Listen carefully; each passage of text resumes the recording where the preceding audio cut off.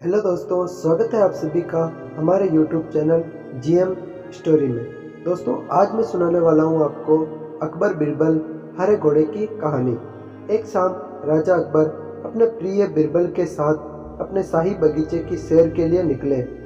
वह बगीचा बहुत ही शानदार था। चारों ओर हरियाली ही हरियाली थी और फूलों की भीनी भीनी खुशबू वातावरण को और भी खूबसूरत बना रही थी।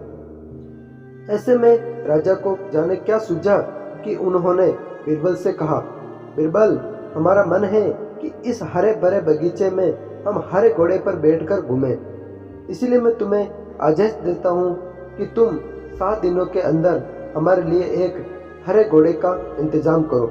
वहीं अगर तुम इस आदेश को पूरा करने में असफल रहते हो तो तुम कभी भी मुझे अपनी शक्ल मत दिखाना। इस बात से राजा व बिरबल दोनों वाकिफ थे कि आज तक दुनिया में हरे रंग का घोड़ा नहीं हुआ है। फिर भी राजा चाहते थे कि बिरबल किसी बात में अपनी हार स्वीकार करे। इसी कारण उन्होंने बिरबल को ऐसा आदेश दिया। मगर बिरबल भी बहुत चालाक थे। वो भली भांति जानते थे कि राजा उनसे क्या चाहते हैं। इसलिए वो भी हरा घोड़ा ढूंढने का बहाना बनाकर 7 दिनों के लिए इधर उधर घूमने लगे। 8वें दिन जब बिरबल दरबार में राजा के सामने पहुंचे और बोले, महाराज, आपकी आज्ञा के अनुसार मैंने आपके लिए हरे घोड़े का इंतजाम कर लिया है, मगर उसके लिए मालिक की 2 शर्तें हैं। राजा ने उत्सुकता से दोनों शर्तों के बारे में पूछा। तब बिरबल ने जवाब दिया, पहली शर्त तो यह है महाराज कि उस हरे घोड़े को लाने के लिए आपको स्वयं जाना होगा। राजा इस शर्त के लिए तो तैयार हो गए। फिर उन्होंने दूसरी शर्त के बारे में पूछा।